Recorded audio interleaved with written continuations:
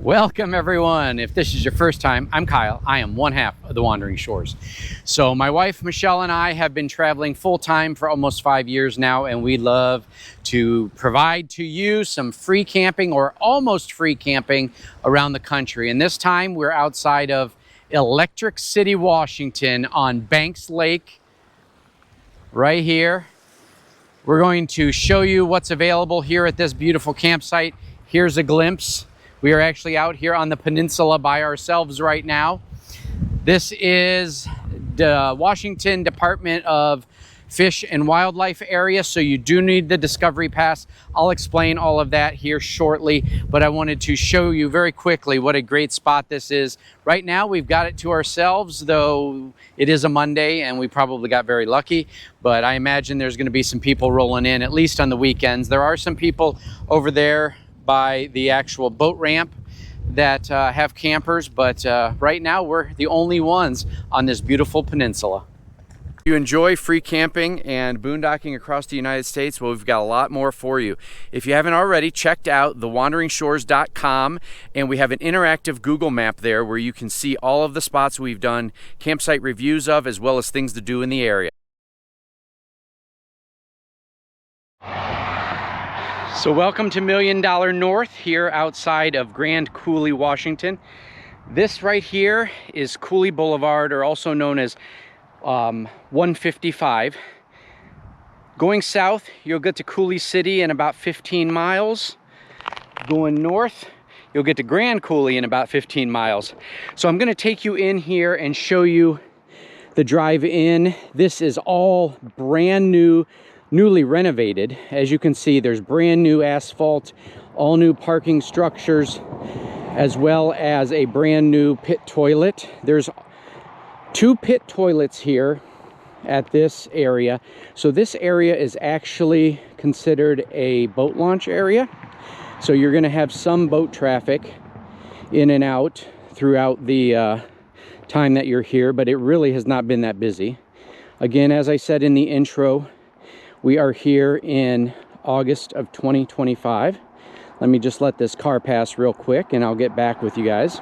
As you can see on the drive in, anybody can get in here. Class A's to the smallest little camper van.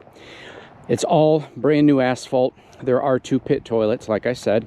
There are no services as far as garbage or water, unless you're going to pump it out of the lake yourself. There are really 3 areas that you can choose to camp on. As you saw in the intro, we chose to camp out on the peninsula, in part because there was nobody out there other than a fisherman when we first arrived. But we're closing in on our final day here, and so far there was 1 small camper out there with us for 1 night and a tent camper there for 2 nights. And the other 7 or 8 nights, it was just us. So as we drive a little bit further in to the main area, you're going to see some gravel over on the right hand side. There's currently a truck camper parked over there.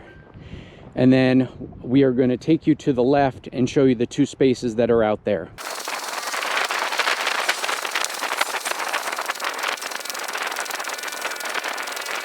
So welcome to the boat launch area. As you can see, there's a huge gravel parking lot over here on the right where you can park. It is relatively flat. There are obviously some parking spots. What we chose to do was park right here and go scout.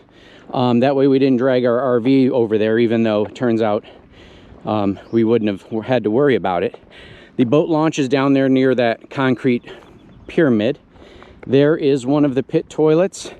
The other one is there in the middle of the parking lot as well. That's the brand new one.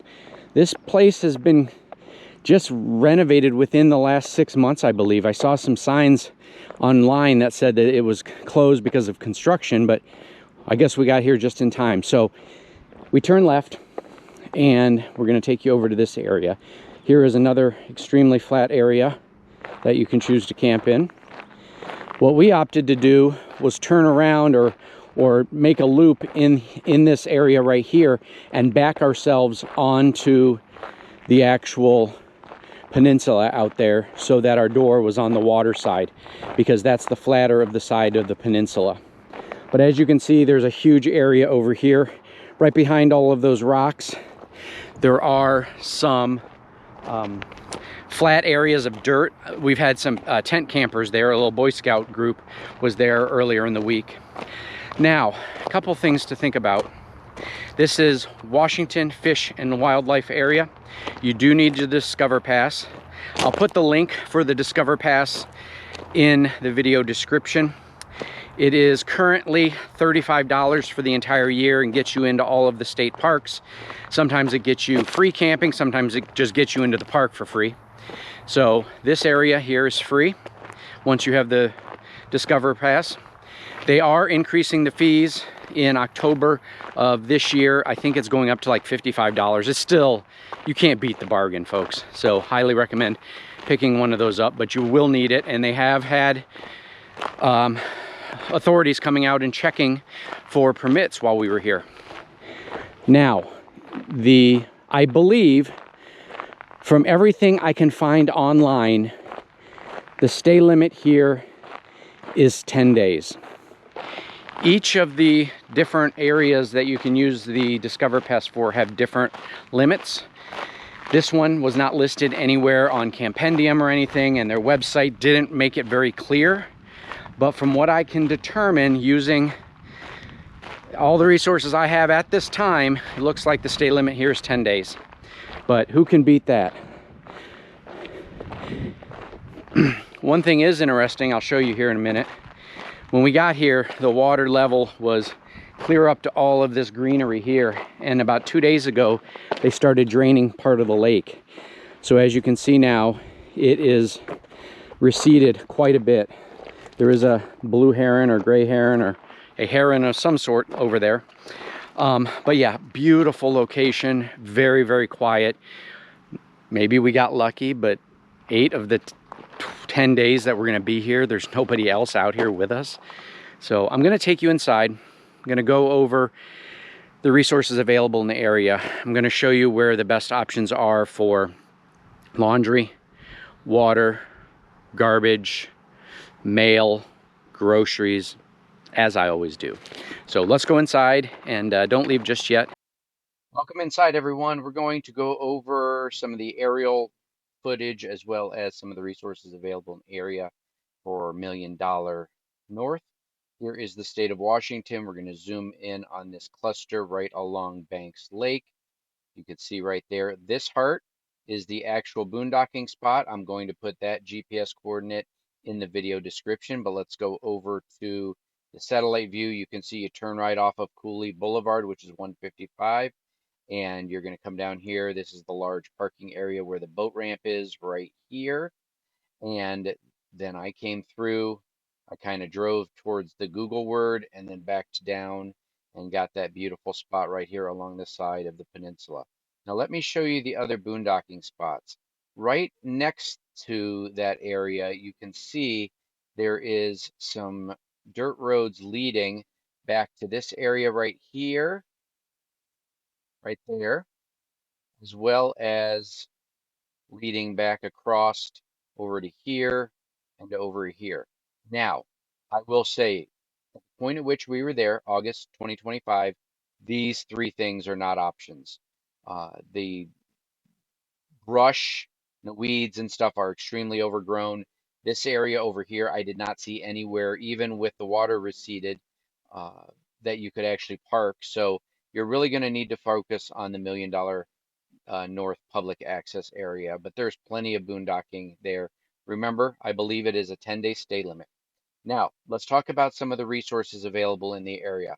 Let's first go north of town or north of the boondocking area up here to Steamboat Rock State Park.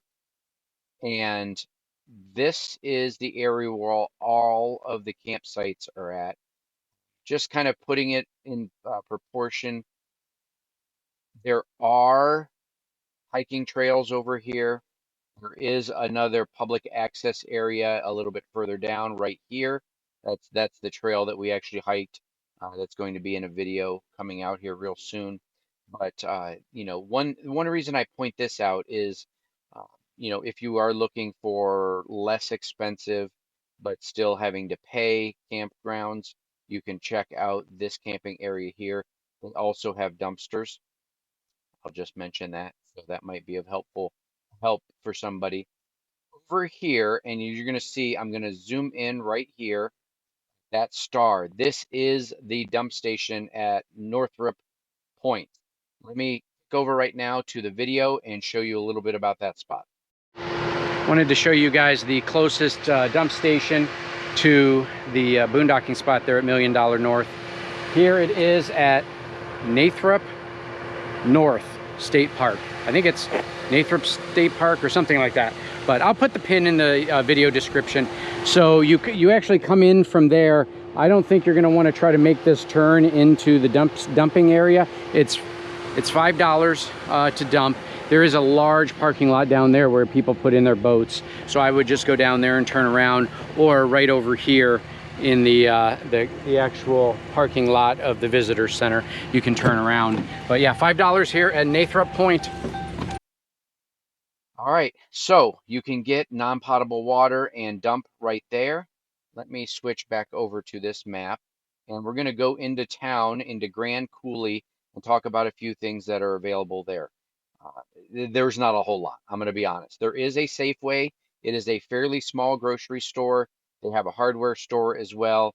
They do have a post office for general delivery if you want to go that route as well. But this Safeway is really your best alternative as far as any groceries in the area. Let me see if I can drag myself down on the street right there.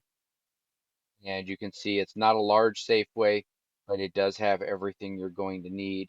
So that is going to be your best option when it comes to groceries. Now, let me go back over here to this layer. According to the website, there is a RV park right here. I'm going to drop over. And they do have a laundry facility there at this RV park. You can see it right there. Kings Court coin-operated laundry. It accesses or is accessed by all these people in the campground as well. We did not choose to go there. I'll be honest, when we went and drove past her, it didn't look very inviting. So you be the judge of that. Take a look at reviews that you can find online and decide for yourself if you want to do laundry at that facility. But that's really the only option you have when you're looking at Grand Coulee. Now let's go south of the boondocking area. So from the boondocking area to Grand Coulee is about 15 miles. If you go south to Coulee City, it's about 15 miles. Now there are a couple things here. There is the Coulee Food Center, which is their grocery store. Let me show that to you. Actually, I don't know that I can drop my pin there. It doesn't look like I have access. Oh, they do. Let me drop the pin right there. And right there is Family Foods. It's a very small grocery store, but it is an option if you decide to head over to Coulee City. Now, the other thing that's going on in Coulee City, which might be of help, is right over here, the Coulee City Campground. Do have a dump station and potable water.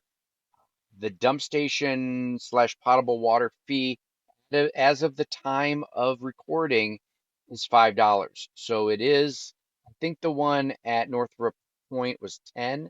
I'll have to look. I didn't check the video before I started recording this.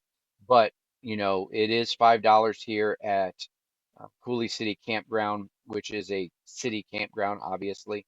Then they also have a post office in Coulee City. But that's the primary resources. If you look up laundromat here in this area, they're also sending you to another RV park. So for us, we just waited to do laundry until we got to our next destination because there really weren't a lot of good options. So hopefully this information is helpful. This is an amazing spot right out there on the peninsula. It's top notch, one of our favorite sites. If you haven't checked out our website, thewanderingshores.com, we'll put up a QR code here. We have free interactive map of all of our campsite reviews, as well as other information about, our favorite gear and things like that. If you like this content, please give us a thumbs up. Think about subscribing if you don't already, and we'll see you next Wednesday.